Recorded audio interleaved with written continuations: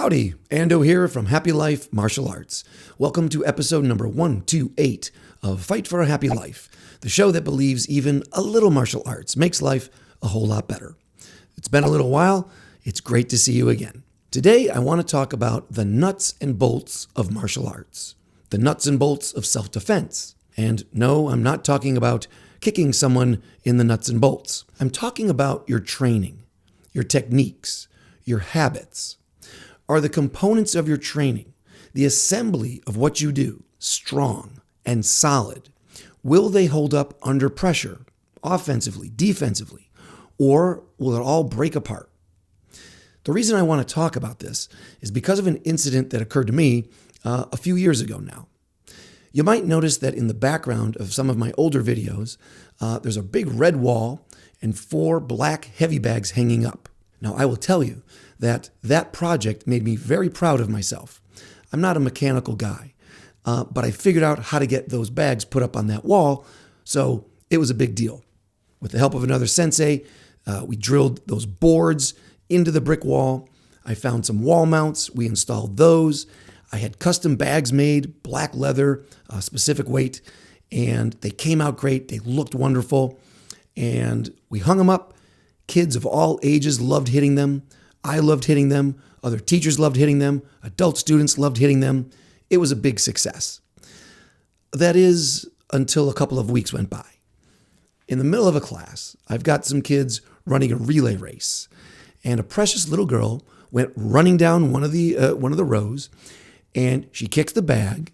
She turns around. She starts leaving, and to my horror, the bag detached and just fell. Boom. Thankfully, she was not hit, but I was in shock. Shut down the drill, got the kids away from the bags, finished the class, and then afterward had to come over and face my failure.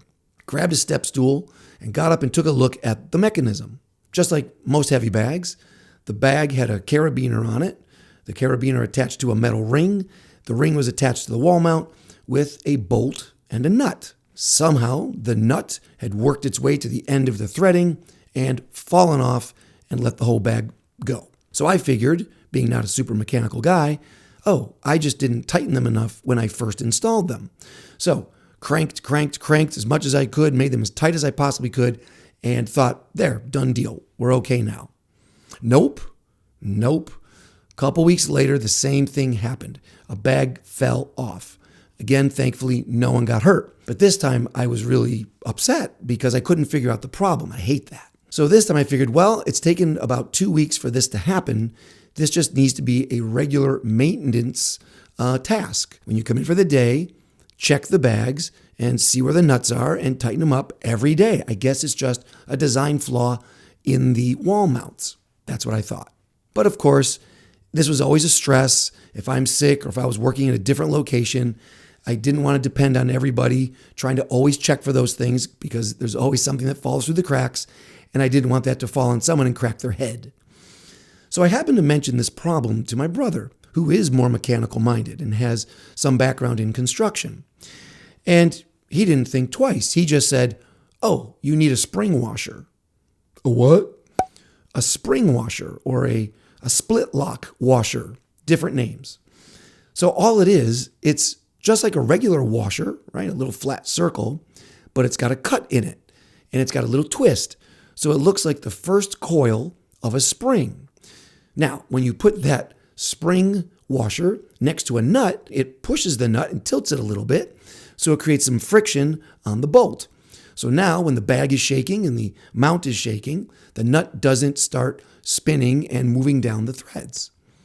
What? It's that simple? A tiny little piece of metal?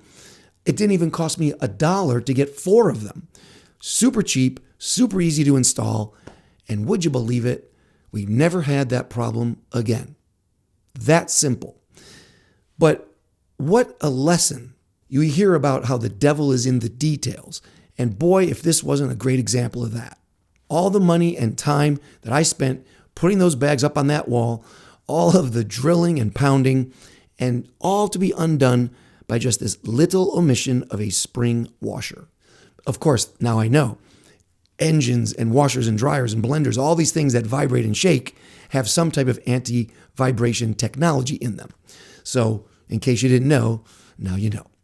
But this brings the question back to my martial arts training, because I realize how little it takes for your techniques to transform into something very successful or to fail completely. On the offensive side, you may have a really strong punch, but if the pressure's a little off, your alignment's a little off, you can break your wrist when you hit something, right? If you're actually fighting with someone, these small adjustments in your footwork or your distance can make your punch completely miss. And of course, it works on the defensive side too.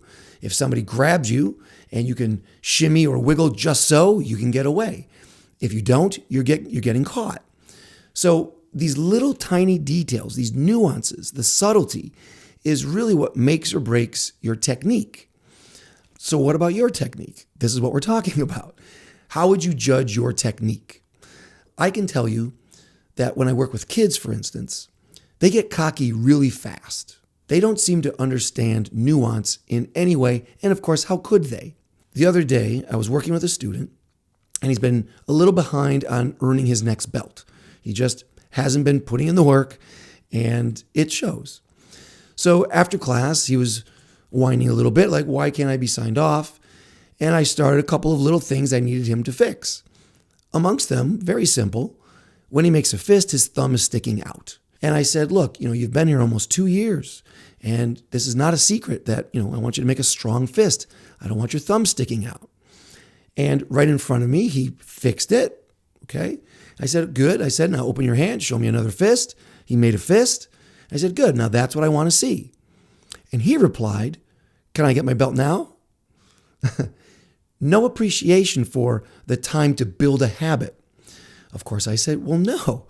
Now you have to come back and show me you can do that on your own, that you've done the work to make it automatic. I shouldn't have to tell you this. So from a kid's standpoint, there's probably a large gap between hearing information, copying the information, and actually embodying it, making it part of you. Of course, I hope that's not part of my training. I presume there are some blind spots, things that I think I've got down, when actually there are some details that I'm probably missing.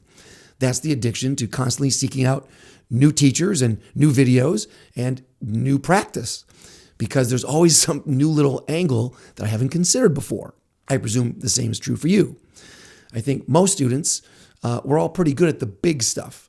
You see a teacher throw a punch, a kick, do a takedown, do a submission, and you think, oh, I see what you just did there. And it's only over time of years of going back to that technique, and it fails and it fails. If you're honest with yourself, if you have honest training, where you're forced to finally figure this out and say, how are you making this work, but I can't. And I think that's a wonderful process of these tiny little nuances. Just today, I was working with my own teacher. It was a private lesson, and we spent an hour and a half on the subtleties of gripping cloth and where the pressure in the fist is and how to weaken it and how to strengthen it and what angles are the best for holding something. And that might sound like absolute geek nerd talk, but if you're a real martial artist, you understand the importance of that kind of study. So, on the learning side of things, I hope that you never stop asking questions. You never stop observing other people performing the techniques that you want to perform. And I hope that you never stop experimenting in practice. Just keep that open mind. Don't be like a child who sees it once or twice, does it once or twice, then just stops and says, yeah, I got it. It's rampant. Adult students, I see that all the time.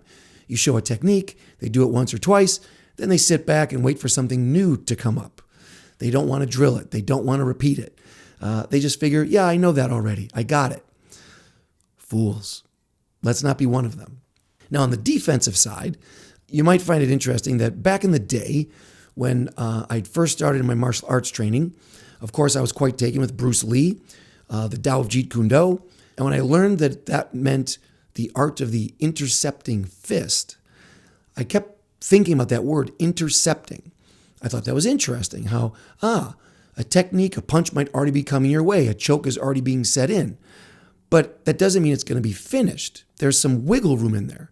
There's a gap in time. There may be a gap in distance or pressure that allows you to reverse it, escape it, which then should become the main point of your study. I don't want to get punched. I don't want to get locked up.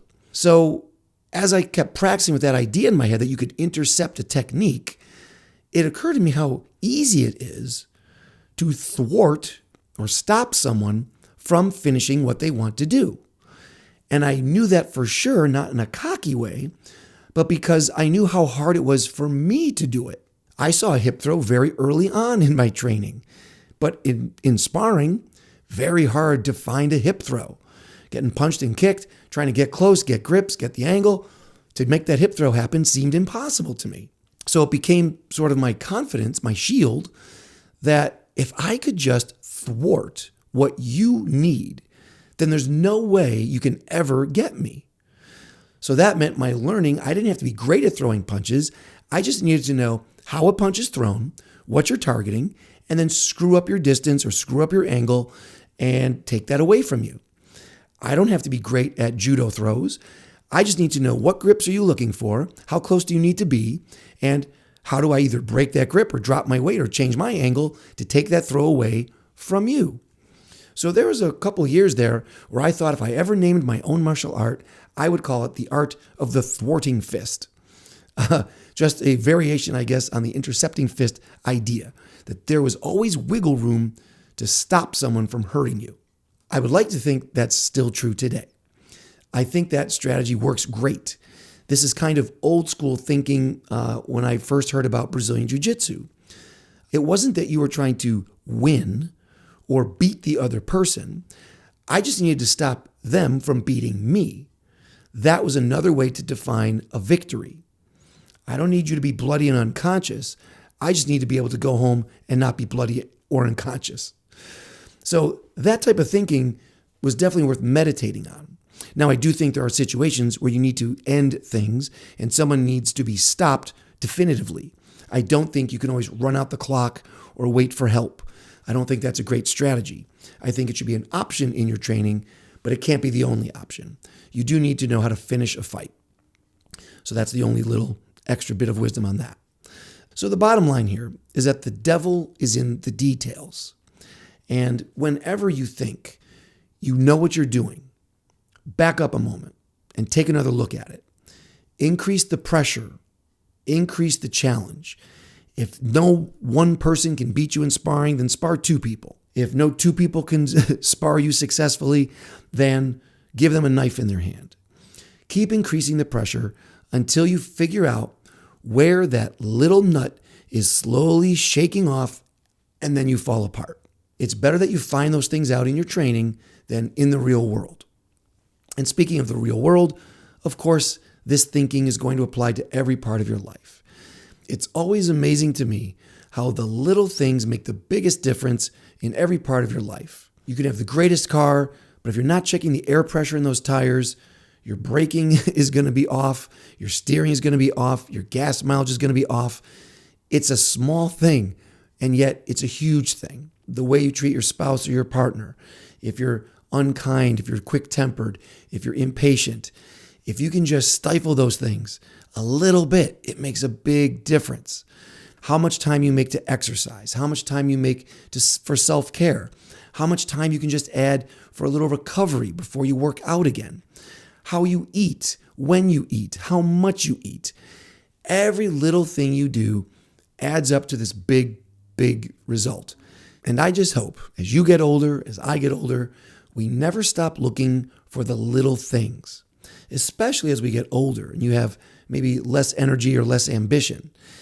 It's nice to know that little things can still change your trajectory towards success. I know right now, in my sparring or my wrestling, I don't have to be faster and stronger all the time.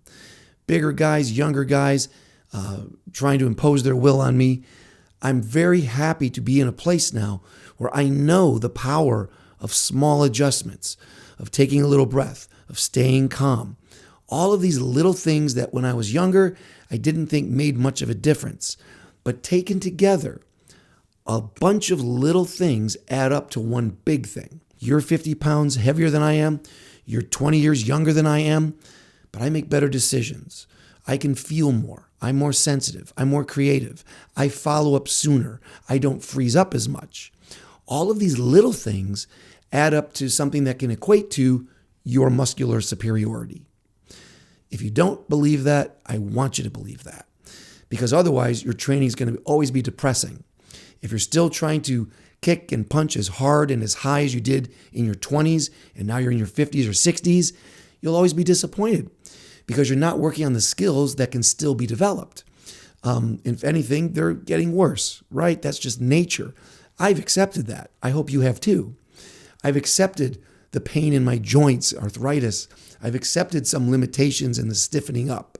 I still work out, but the way I work out is to focus on the little things that allow me to handle weights a little bit better, that allow me to breathe a little bit smoother, that allow me to see a little bit more.